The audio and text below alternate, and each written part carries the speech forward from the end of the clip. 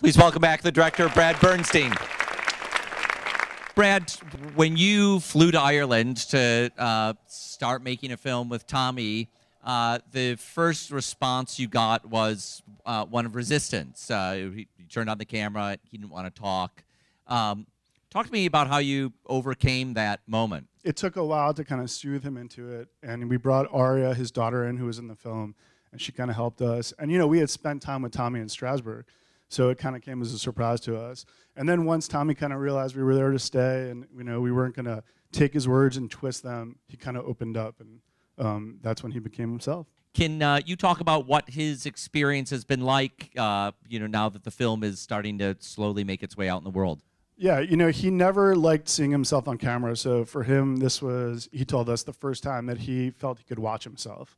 And one of his sons said he'd never been more proud of his father than after seeing this film. And so for us, for Rick and I, that was really heartwarming. And that said it all, because there was resistance from part of his family who doesn't want to be known.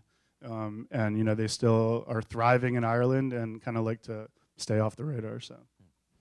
We can take some questions from the audience. The question was, how did you get interested in connected to Tommy Ungerer? A New York Times writer, Randy Kennedy, wrote an article back in 2008, and I was sitting in my office kind of reading it, front page of the art section, and like every word kind of just jumped off the page, and I knew the story would be great, and so I reached out to his museum in Strasbourg, and a couple weeks later I got a beautiful letter back, which we still have, and it's actually in our app. If you download the app, you can see it, and it's a cat writing, you know, I'm very receptive to this, let's start, come to France, and let's get it going. You got a question? Yes, near the back.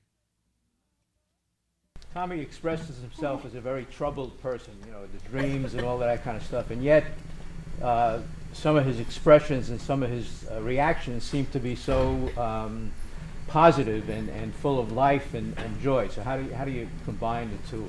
Well, I mean, that's Tommy's, that's what his essence. It's kind of that duality. You know, he hates everything, but he loves everything. He's scared of everything, and yet he jumps into everything. You know, and that's one of the things we tried to capture on camera.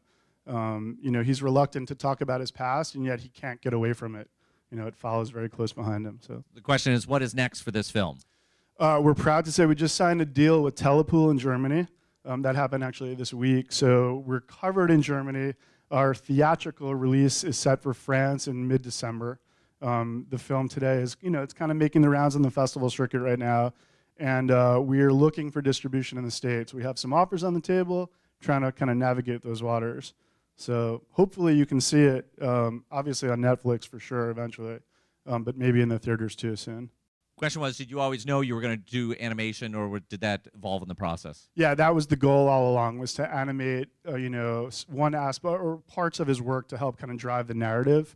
We didn't know how much or how often, and it kind of just found itself, you know, when we were sitting in the edit, putting it together. Rick and I was like, all right, we have coverage from every single aspect of his life because he's been drawing since the age of 3.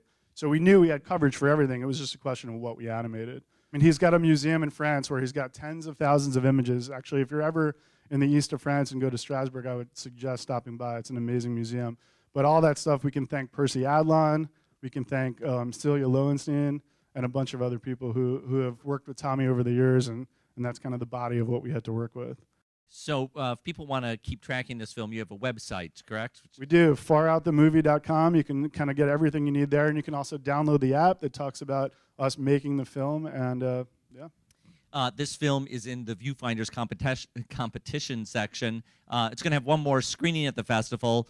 You also have some audience ballots in your hand, or you can get them from our ushers, so please remember to vote. We've got 5 more days of great documentaries ahead, so I hope you come out to see some more. Thank you very much for coming, and thanks especially to Brad Bernstein. Thanks, forever. Thanks.